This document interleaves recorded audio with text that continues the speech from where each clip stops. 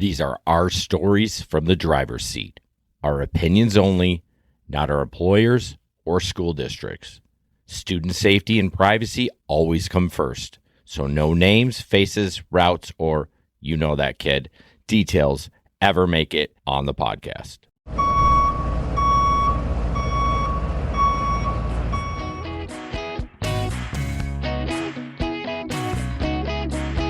Hey, welcome back. You're listening to School Bus Banter, News Edition, episode 20. It was like... Bad? No, it was good. It was like, it sounded, hey, welcome to episode 20. Yeah, see, your voice. I'll just sit back and listen. No, you're good. We're good. Yeah. So what's going on? This is what? Yeah, episode 20. I know we went over, like, we were gushing like last episode. This is our last. Well, this is technically our last episode. So for the season, I have a question for you, and I thought I'd bring it up on the show just for a little. Is it appropriate? Yeah, a little banter before we jump into news, which we have some bitchin' stories. So I ended up getting what you had. I stole your idea. I got the bottle caps for my fourth graders. Oh, yes. And I wrote my thank you cards this morning. And it's funny. This is typical Jerry. He looks on Amazon. Oh, that's great. I thought it had an envelope with it and everything. Oh, no, it's like a freaking postcard. So that's fine. I know. Well, I always worry like they're not going to read it, right? So I wrote everything on the back. And then you had given me, thank you, those 3D printed things, the little keychains, and I got everything to go. But when do I give these fourth graders this? Because I worry if I wait to the last day, like in the afternoon, that a lot of kids are going to be might be parent pickup. Yeah. So last Friday, that's when I did mine. Well, mine are already out. Well, I didn't work last Friday, so I'm down to Wednesday, Thursday. Yeah, do it as soon as possible so you have time to get it to everybody. So like all of my fourth graders rode home last week, except for one, and I saw her today, so I gave it hers today. So I'm done. So start tomorrow. Mm-hmm. Okay. Yeah, or Friday. Yeah.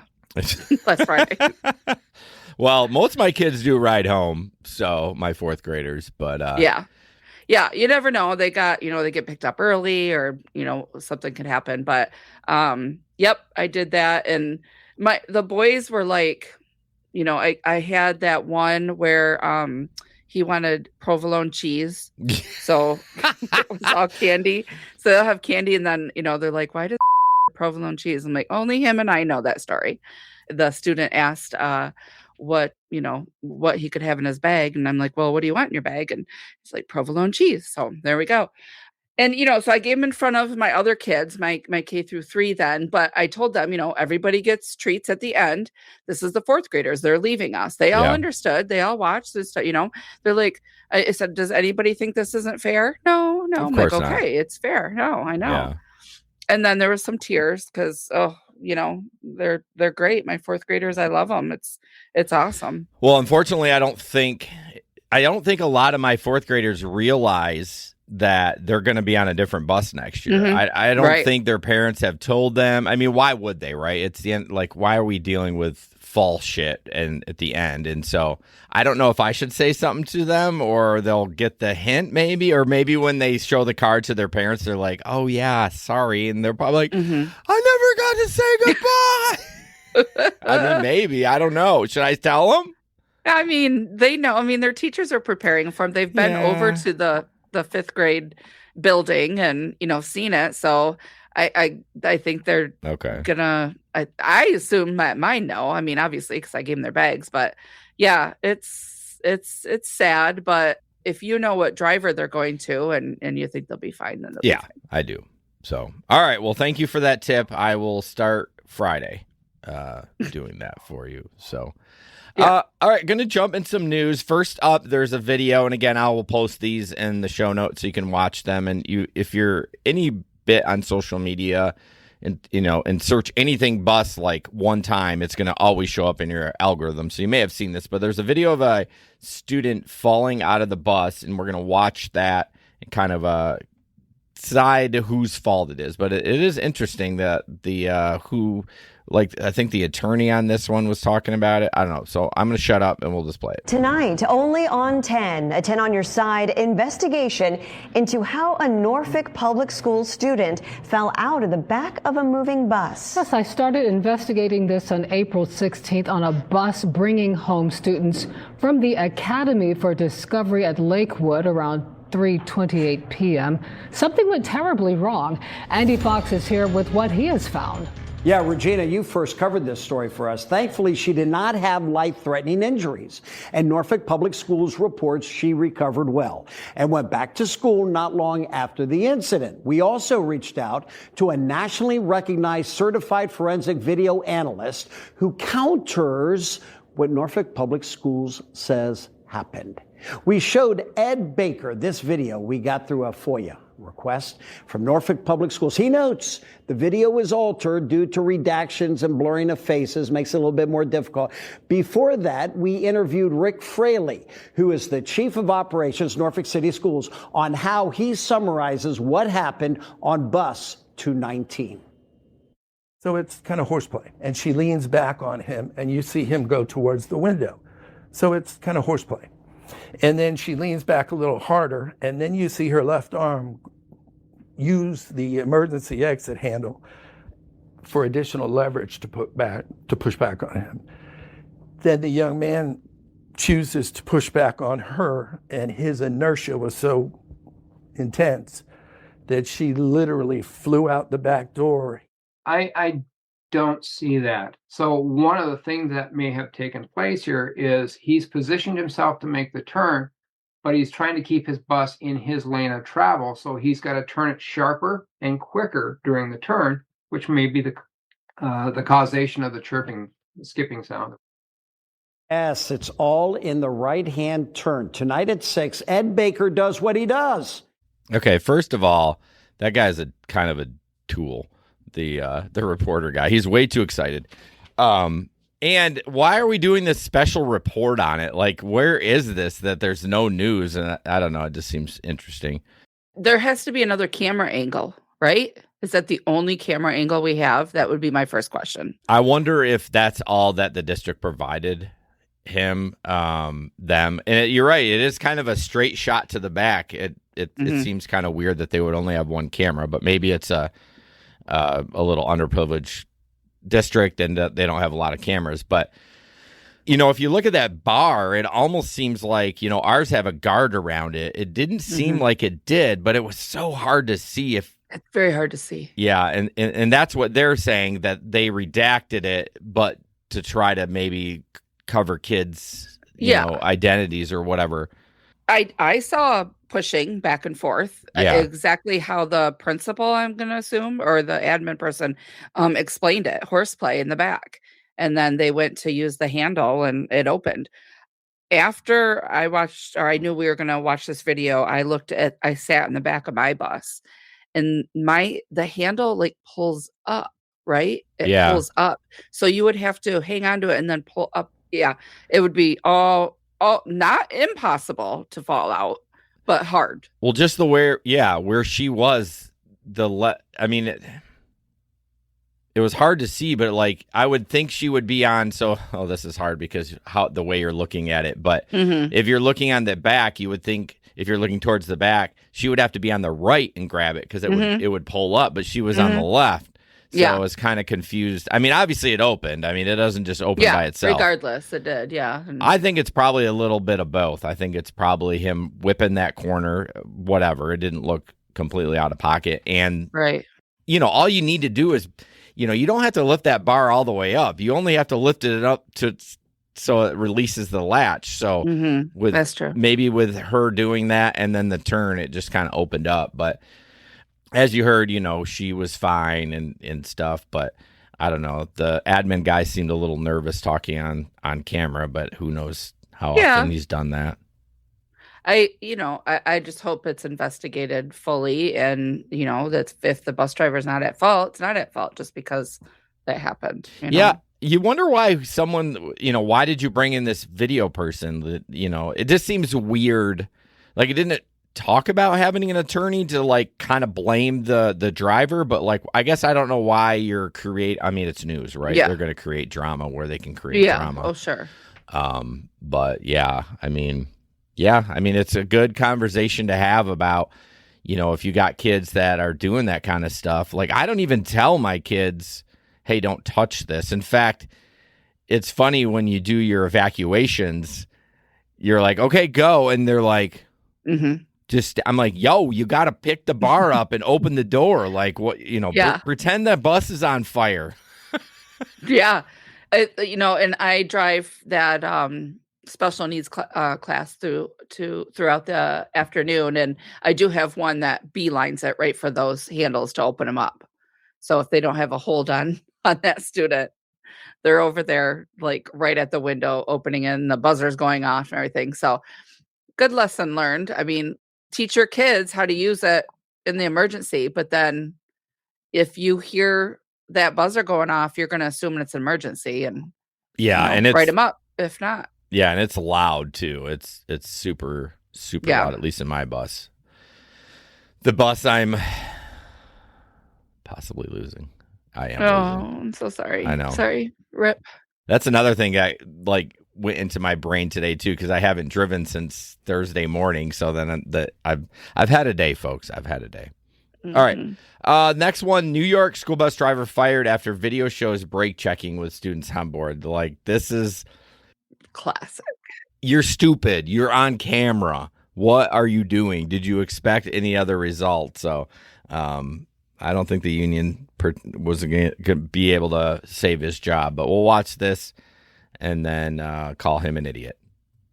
Alleged bad behavior by a bus driver caught on camera. Parents in New York's Boquet Valley Central School District say video shows a driver repeatedly slamming on the brakes, jostling kids in their seats as a form of punishment. Alec Lasham joins us live to share this exclusive video. Alec, you spoke with parents who had serious concerns about what's in that video. Yeah, hey, it's Ian and Kiana. Sarah and Matt Martineau commute from Lewis to Plattsburgh every day, where they work at Champlain Valley Physicians Hospital. They're also the parents of 3 kids that go to the Boquet Central School District. They say the school bus has always been the safest and most reliable way for their children to get to and from school. But they say they believe that changed after an incident caught on the bus's own cameras. My daughter called me extremely unhappy, said that the bus driver was brake checking the bus. Channel 3 News obtained video from inside and outside the Boquet Valley Central School District bus from a day in early March. The Martineaus say the video matches what their children described. Interior dashcam video shows what appears to be a brake check here. Speed data from the camera shows the bus dropping by nearly 10 miles per hour. You can see kids jolt forward in their seats. Exterior video of that same moment shows the road ahead appears clear. No cars in front of the bus. Nothing that would cause the driver to hit the brakes. The Martineaus say their son, who you can see here, was on board with his sister and later complained of neck pain. And then, as the boy gets up and moves into the aisle, the video shows the driver hit the brakes again. So I had told her to have him go sit with her to make sure he was okay. And as he got up to go sit with her, the bus driver brake checked the bus again and then started screaming.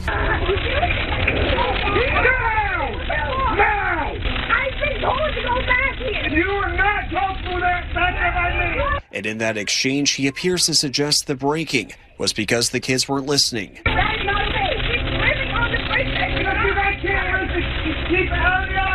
As parents, you both hear this from your children, that this happens. What are the immediate reactions that are going through both of you? Angry, frustrating, to feel like my kids aren't safe there. There's no need for anyone to drive a vehicle that size to brake check for any reason. So you reach out to the school district to figure out what is going on.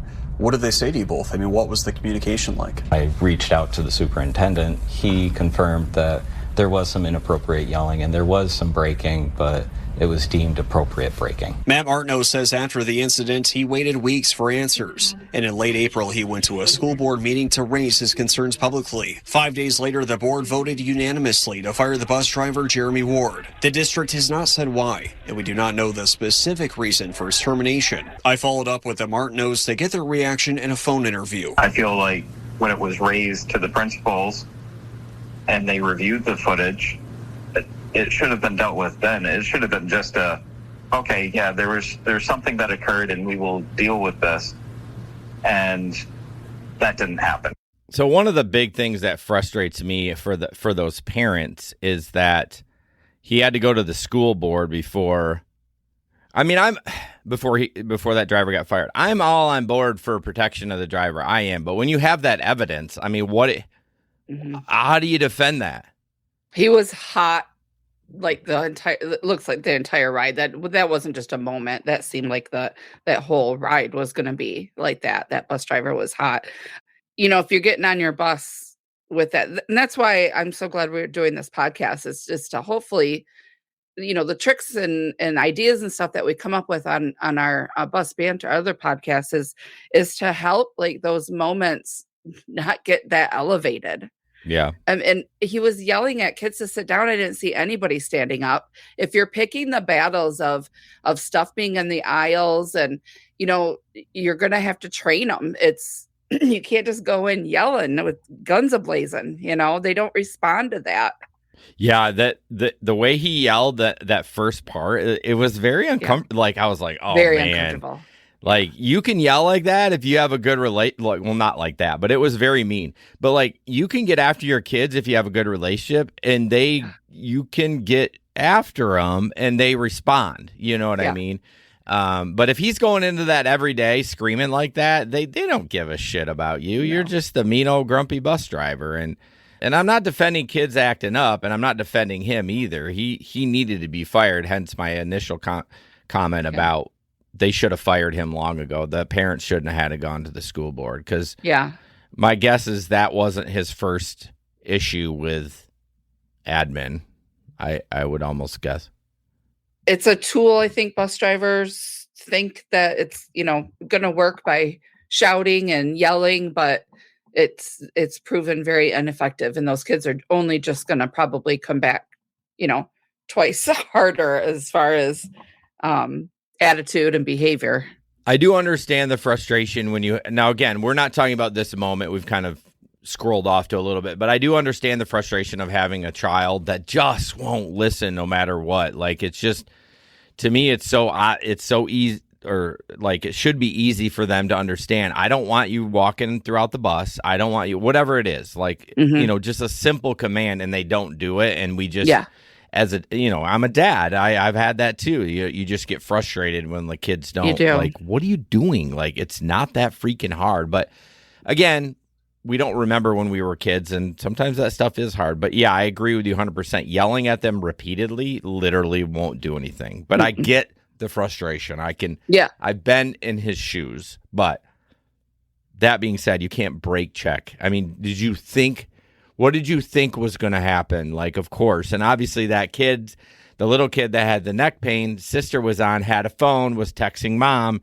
This is happening. I mean, this is 2026. Kids have phones. They all got phones. They all got phones. They're going to record. I mean, if something goes down, and they're going to text their parents. And so you got to be aware of that. Yeah, it is a frustration that's so real. And you try everything. You try, and that's where you've got to have somebody in the office that's got to back you up. You got to get either trained, or you got to get to the parents. You got something.